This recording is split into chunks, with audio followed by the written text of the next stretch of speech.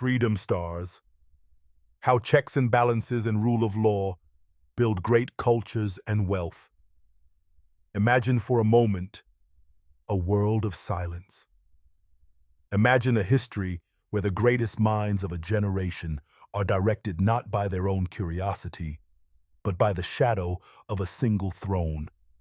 This is the default setting of human history, the autocracy. It is a system of order that produces monuments to dead kings, but leaves the spirit of the living to wither. But then, look at the anomalies. Look at the cracks in the pavement where the weeds of freedom grew into the towering oaks of civilization. We begin on the rocky shores of Athens. While the great king of Persia sat upon a golden throne, commanding millions who dared not look him in the eye, the Athenians were doing something messy, loud, and revolutionary. They invented isagoria, the equal right of any man to stand in the marketplace and tell the truth to power. This didn't just create a government, it created a psychological explosion. Because an Athenian was a stakeholder, not a subject, he didn't just fight harder, he thought harder. The governance of Athens was a masterpiece of anti-authoritarian engineering. It was not a republic, but a democracy, the most free system of governance of its era. While the rest of the Bronze and Iron Age world was bowing to god-kings whose word was life or death, the Athenians built a system where the leader was a temporary servant, and the citizen was the ultimate judge, jury, and lawmaker. To understand why this psychological explosion occurred, we must look at the three pillars that made every Athenian a master of his own destiny. The ecclesia, the assembly. The assembly was not a parliament of elected representatives. It was the gathered body of all male citizens. They met on the Pnyx, a rocky hill overlooking the Acropolis.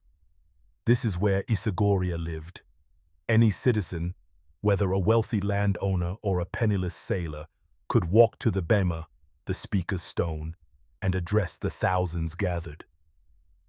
Direct sovereignty. They didn't vote for someone to decide on war. They voted on the war themselves. They didn't vote for a tax hike. They debated the budget in the open air. Because every man held a voting pebble, he knew that the city's successes were his own, and its failures were his responsibility. This created a level of civic literacy that has arguably never been equaled. The Boule, Council of 500. If the assembly was the heart, the Boule was the nervous system. It consisted of 500 citizens, 50 from each of the 10 tribes. Selection by lot. This is the most radical feature. Members were not elected. They were chosen by random lottery, sortition. The Athenians believed that elections were aristocratic because the rich and charismatic would always win. A lottery, however, was democratic because it assumed that any citizen was capable of serving. The agenda setter. The Boule met daily to prepare the bill of fare for the assembly. No law could be passed that hadn't first been vetted by this rotating group of ordinary citizens. This meant that over a lifetime, a huge percentage of the population actually ran the city for a year, learning the inner workings of statecraft firsthand. The dicasteria, the people's courts. The Athenians didn't have judges in the modern sense. They had juries of 201, 501, or even 1,501 citizens, also chosen by lottery. No lawyers, no appeals. You stood before your peers and argued your own case. There was no Supreme Court to overturn a verdict. The people were the Supreme Court. Accountability. Every magistrate at the end of his term had to undergo a public audit. Any citizen could accuse them of corruption or incompetence. If found guilty by a jury of their peers, they were fined, exiled, or worse. This ensured that even the most famous generals lived in a state of healthy fear of the common man. Ostracism, the anti-dictator valve. The Athenians were so terrified of a strong man rising to power that they created a popularity contest in reverse. Once a year, citizens could write the name of a person they thought was becoming too powerful or arrogant on a shard of pottery, an ostracon. The result? If a person received enough votes, they were exiled from Athens for 10 years. They didn't lose their property or their status. They just had to leave. It was a cooling-off period for the city's ego, ensuring that no individual could ever eclipse the demos. This structure meant that an Athenian man spent his life in a constant state of intellectual exercise. He had to be ready to debate, to judge, and to lead. This is why Athens produced more enduring philosophy, art, and science in 2 centuries than the rest of the Mediterranean produced in a millennium. When you tell a man he is the master of his city, his brain power expands to meet that responsibility. He doesn't just fulfill orders, he creates the future. While the contemporary Spartans were busy banning money and art to maintain a rigid, sterile military barracks, the Athenians were inventing tragedy, comedy, and the very foundations of logic. The first great tipping point arrived in 480 BCE. While the Persian Empire was a top-down machine, the Athenian fleet was manned by free citizens who had voted to spend their silver on ships rather than a handout. At the Battle of Salamis, the rowing class realized the survival of the city rested on their shoulders. This sense of ownership catalyzed a century of economic dominance where the Athenian drachma became the first global reserve currency, fueling a welfare state that provided theater, festivals, and public works to its poorest citizens, a level of middle-class comfort unseen in the ancient world. Then came the Roman Republic. Instead of a king, Rome had 2 consuls. They held imperium, the supreme power to command the army and enforce the law. They were elected for only 1 year, and most importantly, they had to agree. Each consul held the power of the veto over his colleague. If one consul wanted to go to war and the other didn't, nothing happened. This forced the executive branch into a state of constant negotiation, preventing the rise of a military tyrant for nearly 500 years. The Senate was not a legislative body in the modern sense. It didn't pass laws. Instead, it was a permanent council of elder statesmen, former magistrates, who managed the brain of the republic. They controlled the treasury and foreign policy. While they technically only gave advice, senatus consultum, their prestige was so great that no consul dared ignore them. They represented the aristocratic element of the state, providing the long-term continuity that monarchies lost every time a king died. The tribunes were the ultimate friction in the Roman machine. They represented the plebeians, the commoners. The tribune's person was holy. To touch him was a capital crime. He sat at the door of the Senate, and if they attempted to pass a decree that harmed the common people, he simply shouted, "Veto! I forbid," and the entire machinery of the state ground to a halt. This forced the elites to consider the welfare of the masses, creating a social contract that made the Roman citizen the most loyal soldier in the world. The emergency valve, the dictator. The Romans were pragmatists. They knew that in a time of great peril, a barbarian invasion at the gates, or a total military collapse, the friction of 2 consuls and a debating Senate could be fatal. In such moments, the Senate could authorize the appointment of a dictator. For a fleeting moment, the checks and balances were suspended. The dictator held absolute power. There was no veto and no appeal against his word. This power was strictly limited to 6 months, or the duration of the crisis, whichever was shorter. The most famous example was Cincinnatus, who was called from his farm to save Rome, defeated the enemy in 15 days, and immediately resigned his power to return to his plow. He didn't wait 6 months. He didn't wait for a thank you. He respected the Republic more than his own ego. The outcome, a culture of law. Because the system was so balanced, the Romans didn't settle disputes with palace coups or assassinations until the Republic's final century. They settled them in court because the state was a res publica, a public matter. Taxes weren't spent on gold leaf for a throne. They were spent on the Appian Way, the Cloaca Maxima, the Great Sewer, and the massive aqueducts that brought millions of gallons of fresh water to the poorest citizens. When the Hellenistic monarchies of the East faced a crisis, they fractured. When Rome faced a crisis, the system adapted, the dictator stepped down, and the law remained. The Romans understood a profound truth. Power must be set against power. This friction created the most stable legal platform in the ancient world. While the contemporary Hellenistic god-kings in the East were collapsing every time a monarch died without an heir, the Roman Republic built a machine of law. They built roads that lasted 2,000 years and aqueducts that defied gravity, not for the whim of a pharaoh, but for the welfare of the res publica, the public matter. The empire built by the Republic gained such dominance that even after it was dismantled and transformed into autocracy, it survived for over 4 centuries and, under good rulers, was even able to expand. Once again, the freest governance structure of its time produced the era's greatest human achievements, serving as a template for the Renaissance revival and as inspiration for Queen Elizabeth I and the Founding Fathers. Now, consider the sun-drenched squares of Florence and the fog-swept canals of Venice.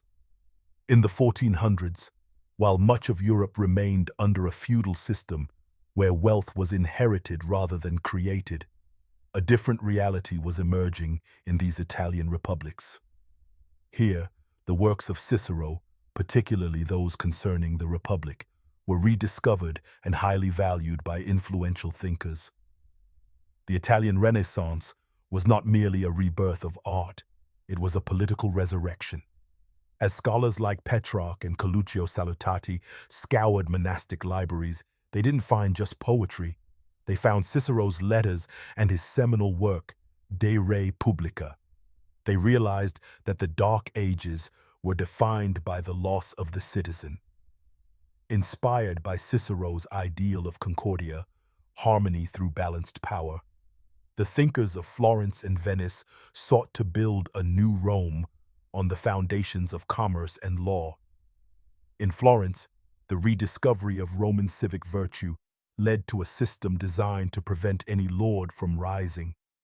They implemented a structure where power was not held by blood, but by the guilds, les artis, the organized brainpower of the city's doctors, bankers, and wool merchants. The signoria. This was the executive body, composed of 9 men called priori. Like the Roman consuls, their terms were incredibly short, just 2 months. This ensured that no one could settle into power long enough to become a tyrant. The gonfaloniere of justice. To check the violence of the old nobility, the Florentines created this office, a standard-bearer, whose sole job was to maintain the Republic's laws against the powerful. He was the Florentine version of the Roman tribune, the council of the people. Laws weren't decreed. They were debated by hundreds of representatives from the merchant classes. This friction meant that if you wanted to build a cathedral or start a war, you had to convince the men who were actually paying the bills. If Florence was a storm of participation, Venice was a clockwork masterpiece of checks and balances.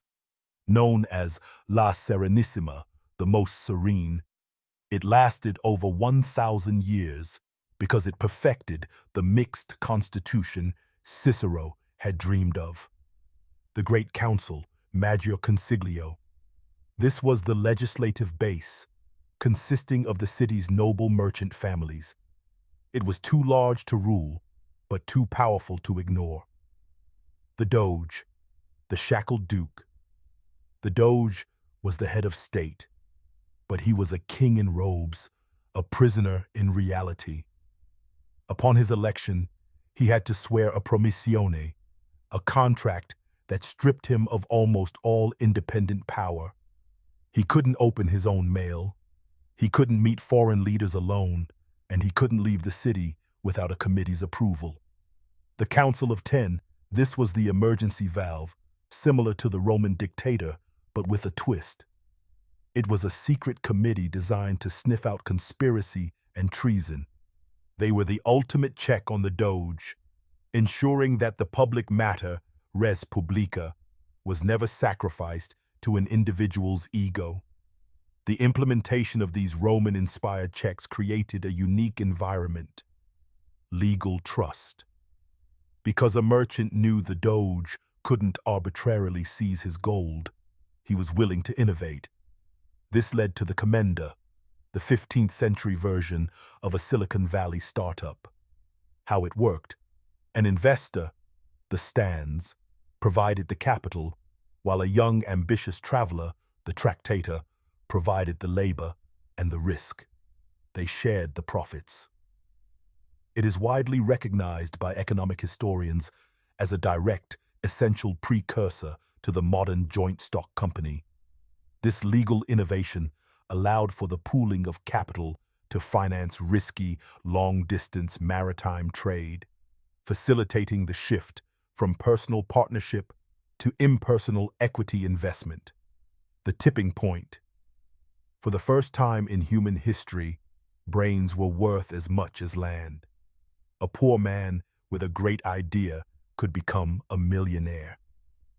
This positive sum mindset turned Venice into the financial capital of the world. By 1400, while a French peasant lived in a cycle of feudal debt, a Venetian sailor was part of a global supply chain. This governance didn't just build banks, it built the Renaissance mind. When power is fractured, you are not strangled by the fear of one man's untrammeled anger at the top. Ambitions thrive, and competition for prestige explodes. In Florence, the Medici and the Pazzi families didn't just fight with swords. They fought to see who could hire Brunelleschi to build the largest dome since Rome, or Donatello to cast the first freestanding bronze statue since antiquity. Then the torch of liberty passed to a rainy, fog-swept island, the United Kingdom. While the absolute monarchs of Bourbon France were building Versailles, a glittering centralized cage designed to domesticate the nobility, the British were busy doing something far more radical. They were shackling their own king. With the Bill of Rights in 1689, Britain codified a world-changing truth. The law is king, not the king the law. This legal check gave birth to a new protagonist in human history: the individual. In an autocracy, a brilliant commoner is a threat. In a checked republic, he is an asset. Before the Glorious Revolution, the English crown was a credit risk. Nobody wanted to lend to a king who could simply change the law. But once Parliament took control of the purse strings, putting a check on the monarch's ability to default, the interest rates for the British government plummeted. Suddenly, Britain could borrow money at 3% interest, while the absolute monarchy of France had to pay 10% or more. This interest rate gap allowed a tiny island to outfinance and outbuild the greatest land powers in Europe. It was the moment that proved a republic is actually stronger than a tyranny, because it can leverage the collective trust of its people. This is why a tinkerer like James Watt could spend a lifetime in a shed, obsessed with the pressure of steam, or why an eccentric like Michael Faraday could play with magnets and wires. They didn't need a royal decree to innovate. They knew, with the certainty of a mountain, that if they found a way to harness the forces of nature, the fruit of that labor belonged to them, protected by an independent court of law that even the king could not overrule. This is the singular reason why the Industrial Revolution ignited in Britain and not in the vast, wealthy Qing Empire of China. In 1750, China was the richest nation on earth. They had the resources, they had the craftsmen, and they had the population. But they lacked the check. The Qing autocracy viewed innovation not as progress, but as a threat to social stability. To the emperor, a new machine was a disruption to the mandate of heaven. They chose a frozen order over a volatile genius, and in doing so, they invited a century of stagnation. But in Britain, the shackled power of the state created a commercial imperium unlike anything the world had ever seen. Because the British government was the first that could be trusted to pay its debts, it could borrow money at a fraction of the cost of its rivals. This financial veto allowed a small island to build a navy that directly governed 1/6 of the world's landmass. Yet Britain's true dominance wasn't just in its red-coated soldiers or its steel-hulled ships. It was in the radiation of its culture. The English language, the English common law, and the English concept of fair play in trade began to permeate every corner of the globe. From the cricket pitches of India to the courtrooms of Australia, Britain didn't just rule, it exported the software of liberty. It created a global operating system where a merchant in Hong Kong and a banker in London could shake hands on a contract, knowing that a check on power would protect the deal. This was the ultimate manifestation of the Republic, an empire not of a man, but of a system so potent it dominated the world's trade, its science, and its very soul for over a century. Finally, we look at the United States, a nation that is essentially a grand experiment in organized frustration. The founders built a system so full of checks and balances that it is almost impossible for an autocrat to take hold. They gambled on the idea that if you protect the freedom of the individual, the collective welfare will take care of itself. And the modern tipping point, the great divergence of the mid-20th century, proved them right. Look at the data from the 1950s. The United States began to produce a per capita GDP that didn't just rise, it accelerated away from the rest of the world. By 1960, the average American worker had more purchasing power, better health care, and more leisure time than any human being in history. Meanwhile, in the contemporary efficiency of the Soviet Union, millions were perishing in man-made famines. Why? Because an autocracy has no feedback loop. When a policy fails in a republic, the media screams, the people protest, and the checks and balances force a correction. In an autocracy, admitting failure is a death sentence, so the failure continues until the system collapses. History is not a straight line of progress. It is a tug-of-war between the ego of the tyrant and the genius of the free citizen. These tipping points tell us that freedom isn't a luxury we buy with our wealth. Freedom is the engine that creates wealth. When you look at the towering skylines of the modern West and the deep social safety nets of the modern republic, remember, they weren't built by a strong man. They were built by a strong system, a system that was humble enough to limit its own power and in doing so, granted its citizens the power to change the world.